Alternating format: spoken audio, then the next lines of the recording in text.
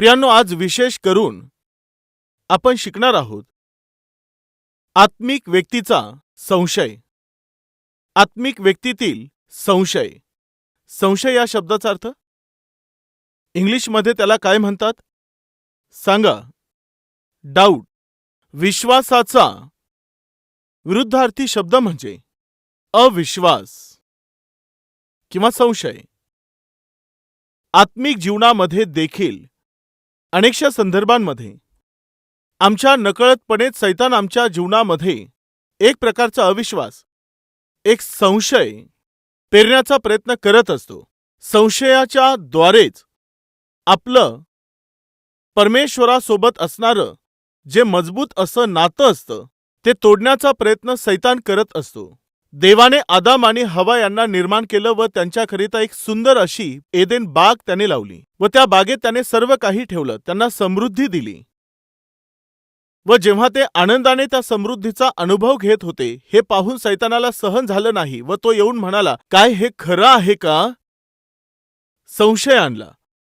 देवाने कोणत्याही झाडाचं फळ खाण्याची मनाई केलेली आहे का? प्रश्न व संशय त्याने उत्पन्न केला.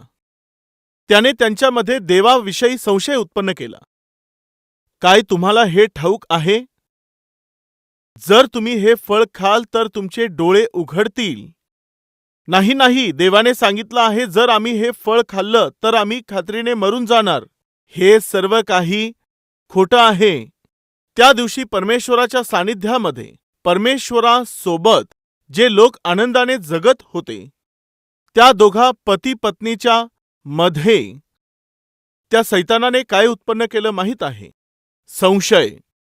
त्याने देवावरतीच मनात संशय उत्पन्न केला व त्यामुळे त्यांनी देवाच्या आज्ञेपेक्षा अधिक सैतानाच्या बोलण्याकडे लक्ष दिलं व त्याने त्यांना आपल्या ताब्यात घेतलं. प्रिय भाऊ आणि बहिणींनो, परमेश्वराद्वारे सर्वात प्रथम निर्माण करण्यात आलेले पहिले जे कुटुंब आहे, सैतानाने अतिशय सहजपणे संशयरूपी जे विषारी बी आहे ते त्यांच्या मनात त्याने पेरून त्यांना आपल्या ताब्यामध्ये घेतलं. म्हणजे जर आज आपण आत्मिक जीवनामध्ये व आपल्या आत्मिकतेविषयी जर आपण सावधगिरी बाळगली नाही तर निवडलेल्या लोकांची देखील सैतान काय करेल म्हटलेलं आहे? शेवटच्या काळात फसवणूक करेल असं तेथे लिहिलेलं आहे. यामुळे आज आपण ज्यांना विश्वासणारे म्हणून राहायचं आहे, आपल्या विश्वासालाच आधार बनवून आपलं जीवन आपण पुढे न्यायचं आहे. आपल्या जीवनामध्ये तो सैतान अतिशय धूर्तपणाने संशय पेरत असतो. तो परमेश्वरावरती, परमेश्वराच्या वचनावरती व त्याच्या प्रतिज्ञेवरती तो आपल्या मनामध्ये अविश्वास आणि संशय उत्पन्न करतो व असं करून देवावरती विश्वास ठेवून जीवन जगणाऱ्या आपल्याला परमेश्वरापासून व त्याच्या प्रतिज्ञेपासून कसा दूर नेत असतो. एक बहुमूल्य संदेश मी तुम्हाला सांगण्याची आशा करत आहे. पाहूया उत्पत्तीचे पुस्तक अध्याय 12 त्यातील पहिल्या वचनामध्ये. आम्हा सर्वांना माहिती आहे देव तेथे काय बोलला. चला आपण पाहूया. पहा, उत्पत्ती अध्याय 12 मध्ये परमेश्वराने अब्राहमाला सांगितले, तू आपला देश, आपले नातेवाईक व आपल्या बापाचे घर सोडून मी दाखवीन त्या देशात जा. अब्राहमा, मी दाखवीन त्या देशात तू जा. प्रियांनो, हे जर तुम्हाला सोप्या पद्धतीने समजून घ्यायचं तर परमेश्वराने अब्राहमाची निवड करून अब्राहमाच्या द्वारे एक प्रजा असावी, स्वतःची एक प्रजा देवाने तयार करण्याची आशा केली. त्याची उपासना करेल अशी ती प्रजा असेल. मराठीमध्ये आपण प्रजा किंवा राष्ट्र असं म्हणतो ना, इंग्लिशमध्ये आहे नेशन. म्हणजे परमेश्वर देवाने एक देश बनवावा अशी आशा करून निर्मितीला भजणाऱ्या कुटुंबामधून देवाने अब्राहमाची निवड करून परमेश्वर अब्राहमाला काय म्हणाला माहीत आहे? तू पापामध्ये जगणाऱ्या या लोकांना, पापी चालीरीतींचं पालन करणाऱ्या या देशाला सोडून देऊन मी दाखवीन त्या देशामध्ये तू निघून जा. तू पापी प्रजेला, पापी जागेला व पापी पद्धतींना सोडून देऊन मी प्रतिज्ञापूर्वक देव केलेल्या देशाकडे तू निघून जा. तुझ्या जीवनासाठी माझे उद्देश काय आहेत, मी तुझ्याद्वारे काय करू इच्छितो आणि काय करू शकतो ते पूर्ण जर करायचं आहे तर तुला वेगळं झालं पाहिजे. आपल्याला एखादा शर्ट किंवा एखादं जॅकेट जर शिवायचं असेल तर त्या ताग्यामधून काय शर्ट किंवा जॅकेटसाठी लागणारं कापड आपल्याला त्यातून वेगळं करावं लागेल. ताग्यामध्ये तसंच कापड ठेवून शर्ट बनवून द्या असं म्हटलं तर ते होणार नाही.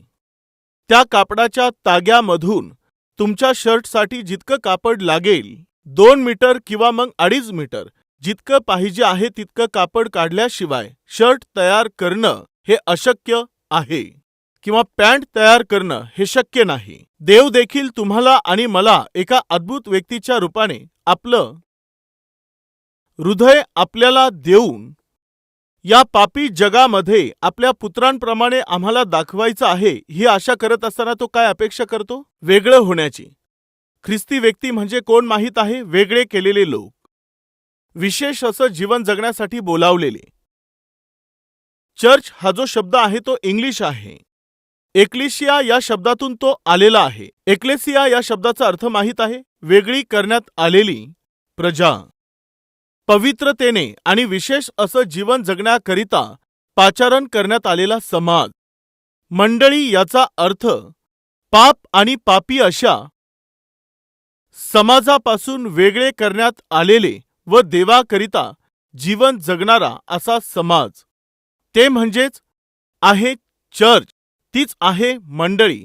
तुम्हाला व मला अंधकारामधून आपल्या प्रकाशामध्ये देवाने पाचारण केलेलं आहे. यामुळे पाचारण करण्यात आलेले आपण त्याची पवित्र प्रजा आहोत असं बायबल आपल्याला सांगतं. परमेश्वर एका व्यक्तीला उत्तम व्यक्ती बनवण्याची आशा करतो तेव्हा तो त्या व्यक्तीला वेगळं करत असतो. तो त्याला निराळं ठेवतो, त्याला सेपरेट करतो. यामुळे देव अब्राहमाला सेपरेट करत होता पापी लोकांपासून, पापमय चालीरीतींपासून, पापमय प्रांतापासून. तू वेगळा होऊन मी दाखवीन त्या देशामध्ये तू जा असं त्याला सांगून जर तू अशा प्रकारे स्वतःला वेगळं करशील तर मी तुला आशीर्वाद देईल. पहिलं तू स्वतःला वेगळं कर आणि त्यानंतरच मी दिलेल्या प्रतिज्ञा तुझ्या जीवनामध्ये पूर्णत्वास येतील. प्रिय भाऊ आणि बहिणींनो, तुमच्या जीवनाप्रती देवाचे जे उत्तम उद्देश आहेत, त्याच्या ज्या योजना आहेत त्या पूर्ण होण्याकरिता तुम्ही वेगळं झालं पाहिजे. तुम्ही पापाचे गुलाम बनून राहून, पापाच्या दास्यात राहून, तुम्ही अधिक पापामध्ये मनमर्जीचं जीवन जगत राहून परमेश्वराच्या योजना, परमेश्वराचे हेतू, परमेश्वर देवाचे असलेले संकल्प तुमच्या जीवनात पूर्ण व्हावेत असा विचार जर करत आहात तर हा केवळ मूर्खपणा आहे, असमंजसपणा आहे. देवाने तुमच्या जीवनासाठी जे अद्भुत भविष्य राखून ठेवलेलं आहे ते प्राप्त करायचं असेल तर तुम्हाला वेगळं व्हावं लागेल. त्या पापी सवयींपासून तुम्हाला वेगळं व्हावंच लागेल. वेगळं झाल्याशिवाय देवाचे आशीर्वाद प्राप्त करणं हे अशक्य आहे. यामुळेच परमेश्वर अब्राहमाला म्हणाला, तू स्वतःला वेगळं कर, पापी प्रांतापासून, पापी लोकांमधून आणि पापमय अशा चालीरीतींपासून वेगळा हो. जर तू वेगळा होशील तर परमेश्वर काय बोलत आहे चला पाहू. मी दाखवीन त्या देशामध्ये तू जा. वेगळा होऊन तू जा. मी तुझ्यापासून मोठे राष्ट्र निर्माण करीन. मी तुला आशीर्वाद देईल. तुझे नाव मोठे करीन व तू आशीर्वादित होशील. तुझे जे अभिष्ट चिंतितील त्यांचे मी अभिष्ट करीन. तुझे जे अनिष्ट चिंतितील त्यांचे मी अनिष्ट करीन व तुझ्याद्वारे पृथ्वीवरील सर्व कुळे आशीर्वादित होतील. परमेश्वराच्या आज्ञेप्रमाणे अब्राम निघून गेला. पापमय लोकांपासून, पापी प्रांतापासून, पापी चालीरीतीपासून वेगळा होऊन देवाने सांगितलेल्या देशामध्ये अब्राहम निघून गेला. सो त्याला वेगळं होण्यास सांगितलं. देवाच्या आज्ञेप्रमाणे तो वेगळा झाला व वेगळा होऊन सांगितलेल्या देशामध्ये निघून गेला. अब्राहमाला परमेश्वराने कोणती प्रतिज्ञा दिली होती? मी तुझ्यापासून मोठे राष्ट्र निर्माण करीन, म्हणजे तुझ्यापासून एक मोठा देश मी तयार करेल. तुला आशीर्वादित करीन, म्हणजे मी तुला संतती देईल. मी तुझ्या संततीला बहुगुणित करील. तुझ्या संतानाला मी आशीर्वादित करीन. मी तुझ्या संततीला एवढं बहुगुणित करील की तुझ्यापासून जन्मलेल्या संततीला एका देशाप्रमाणे एक नेशन म्हणून मी त्यांना आशीर्वाद देईल. ही प्रतिज्ञा त्या दिवशी अब्राहमाशी देवाने केली होती. म्हणजे आता अब्राहमाने देवावरती विश्वास ठेवायचा आहे. काय विश्वास ठेवायचा आहे सांगायचं तर त्याला जे मुलबाळ नाहीये त्याला परमेश्वर संतती देईल हा विश्वास ठेवायचा आहे. संतती नसलेल्या त्याच्या कुटुंबामध्ये परमेश्वर संतती देईल हा विश्वास आता त्याने देवावर ठेवायचा आहे. त्याने विश्वास ठेवला यामुळे तो देवाने सांगितल्याप्रमाणे प्रतिज्ञेच्या देशात आला. आता अब्राहम कोण बनला? या अगोदर तो अविश्वासणारा होता. आता देवावरती विश्वास ठेवणारा अब्राहम, त्याने देवावर विश्वास ठेवून त्याची आज्ञा पाळली यामुळे तो आता विश्वासणारा बनला. केवळ विश्वासणाराच बनला नाही तर तो सर्व विश्वासणाऱ्यांचा कोण बनला? पिता बनला. त्याने देवावरती विश्वास ठेवला. देवावर विश्वास ठेवला याचा अर्थ त्याने देवाच्या वचनावरती विश्वास ठेवला. देवाच्या कोणत्या वचनावर विश्वास ठेवायचा आहे? परमेश्वर मला संतती देईल, परमेश्वर मला संतान देईल, तो माझी संतती वाढविल, माझ्या संततीला तो बहुगुणित करील आणि त्यांच्यापासून येणाऱ्या पिढ्यांच्या पिढ्यांपासून एक देश तो निर्माण करेल. हा विश्वास त्याने ठेवला, त्याने भरोसा ठेवला. चला थोडं पुढे जाऊया. पहा 15वा अध्याय व वचन 1 पासून पाहूया. ह्या गोष्टी घडल्यावर अब्रामाला दृष्टांतात परमेश्वराचे वचन प्राप्त झाले ते असे: अब्रामा, भिवू नको, मी तुझी ढाल आहे, तुला मोठे प्रतिफळ मिळेल. अब्राम म्हणाला, हे प्रभू परमेश्वरा, तू मला काय देणार? मी तर निसंतान जाणार आणि दिमिश्की अलियाजर माझ्या घराचा मालक होणार.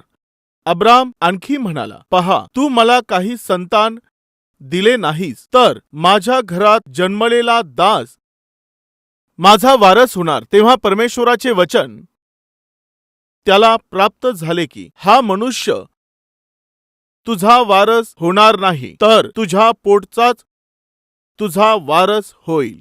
मग त्याने त्याला बाहेर आणून म्हटले, आकाशाकडे दृष्टी लाव, तुला हे तारे मोजवतील तर मोज.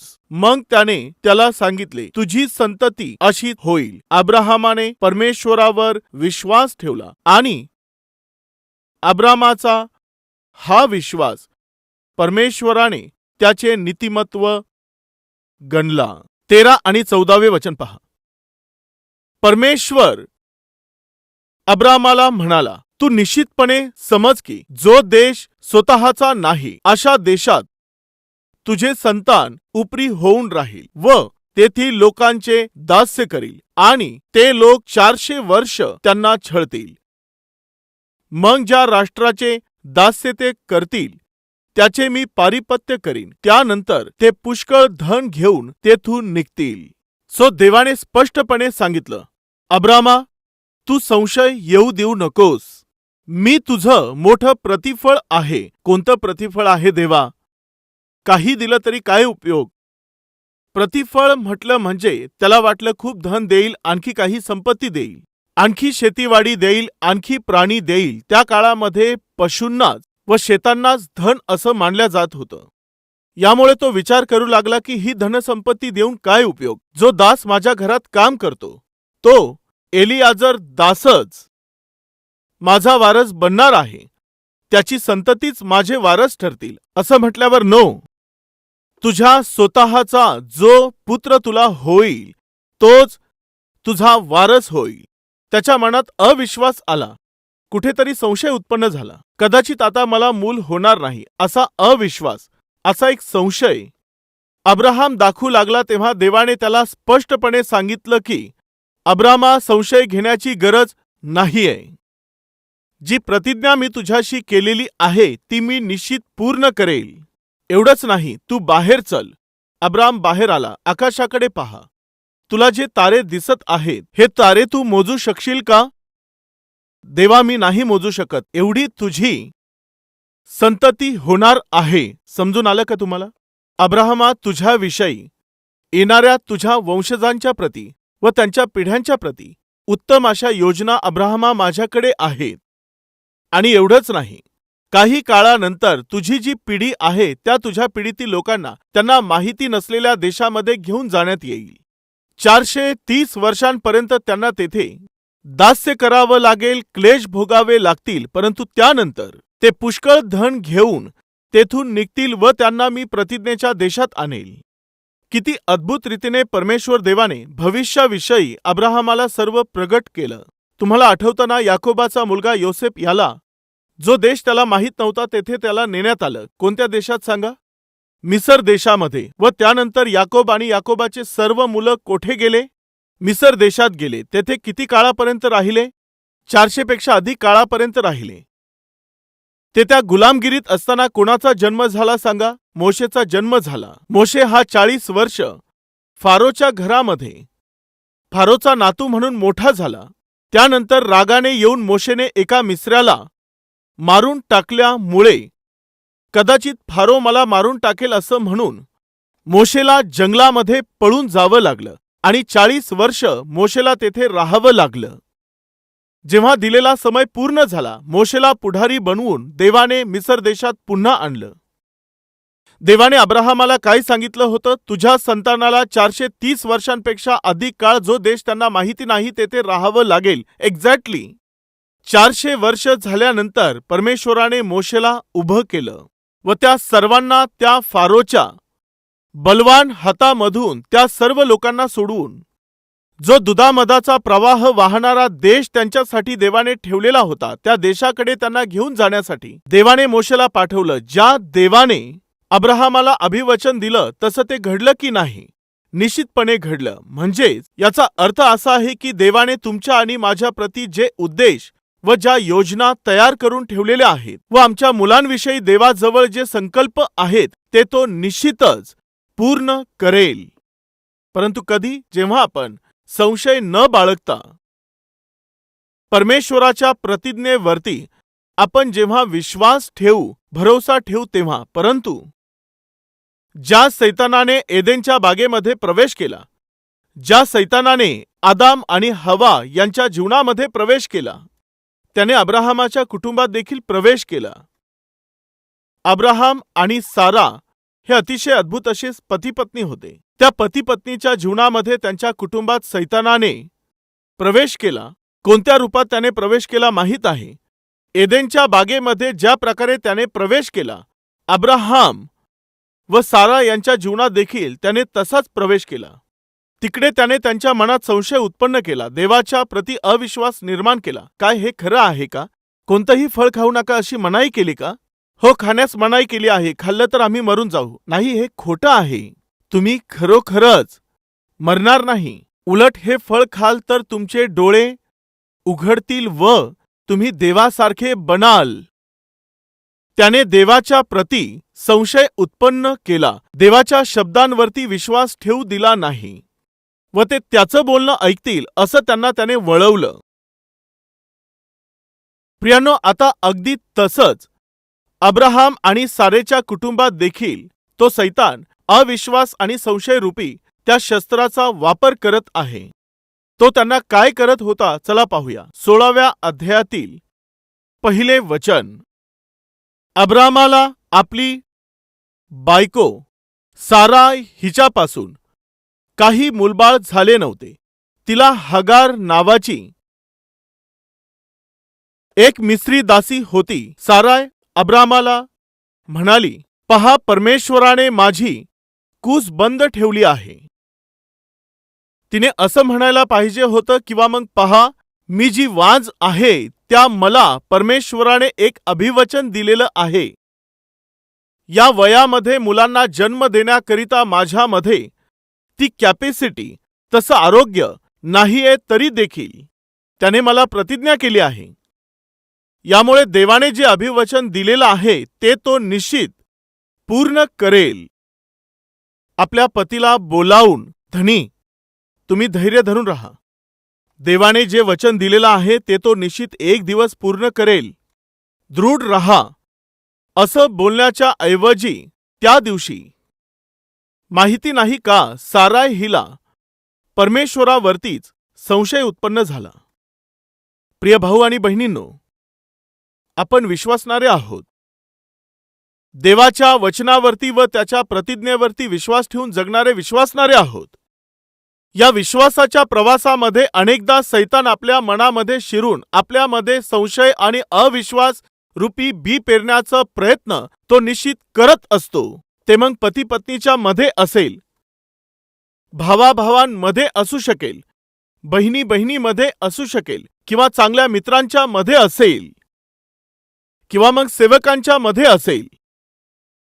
जेथे एकी शांती सलोखा असतो त्या ठिकाणी सैतान करत असलेलं दुष्ट कृत्य कोणतं आहे तुम्हाला माहित आहे? त्या एकीला, सलोख्याला आणि तुमच्यातील शांतीला दूर करणाऱ्या संशय रूपी बी तो आणून पेरत असतो. त्याचं ते बी पुरेसं असतं एक कुटुंब उद्ध्वस्त करण्यासाठी. लक्षपूर्वक ऐका. तुम्हावर जीवापाड प्रेम करणाऱ्या परमेश्वराविषयी, त्याच्या वचनाविषयी आणि त्याच्या प्रतिज्ञेवर तुम्ही मनन कराल तर, त्या देवाच्या वचनावरती, त्याच्या प्रतिज्ञेवरती जर तुम्ही आधारित होऊन जीवन जगत राहाल तर ते तुम्हाला शांती व आनंद देईल.